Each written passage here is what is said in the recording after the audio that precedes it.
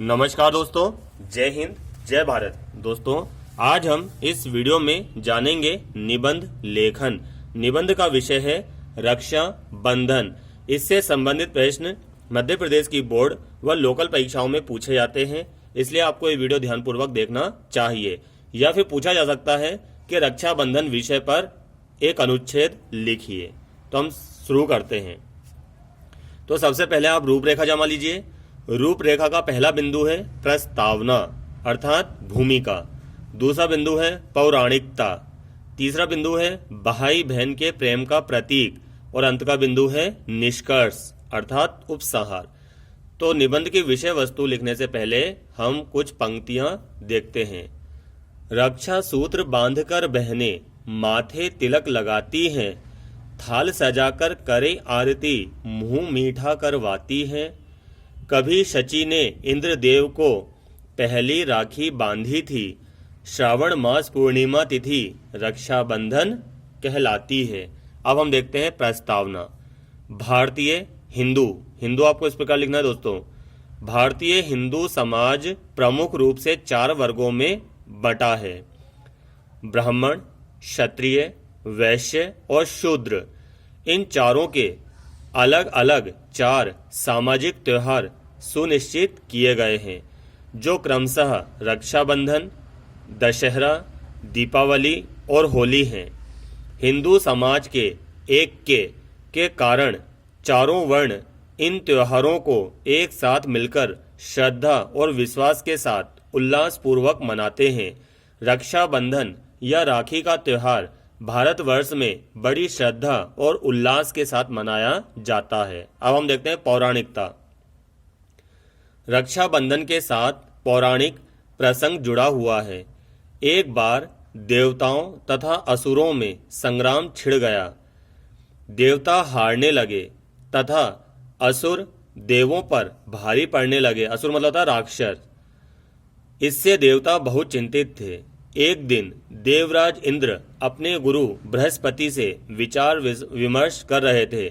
तभी इंद्राणी के मन में विचार आया। अगले दिन श्रावण मास की पूर्णिमा थी। इंद्राणी ने शास्त्रीय विधि से एक रक्षा कवच तैयार किया और इंद्र की कलाई पर बांध दिया। कवच के प्रभाव से असुरों की सेना हार गई।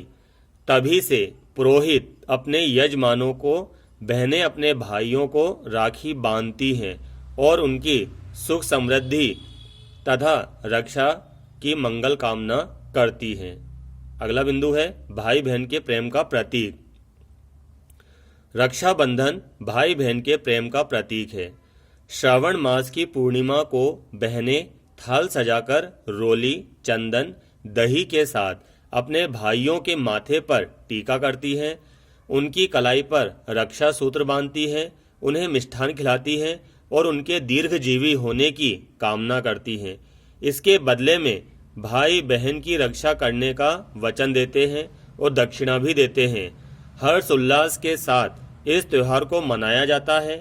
इस दिन भाई से विहीन बहनें तथा बहनों से विहीन भाई रोते कलपते हैं तथा विकल्प खोजते हैं। भाई बहन के अनोखे पवित्र प्रेम का ऐसा उत्सव संसार के किसी भाग में नहीं मनाया जाता। भावात्मक मूल्य रखने वाले राखी के कच्चे धागों के समक्ष समस्त संसार की दौलत तुच्छ जान पड़ती है। आखिरी है उपसंहार।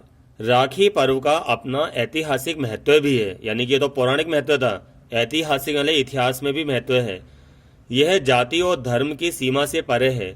गुजरात के शासक बहादुर शाह के द्वारा मेवाड़ पर आक्रमण किए जाने पर मेवाड़ की रानी कर्मवती अर्थात कर्णावती भी बोलते हैं इनको, कर्णावती ने हुमायूं को राखी भेजकर भाई बना लिया था।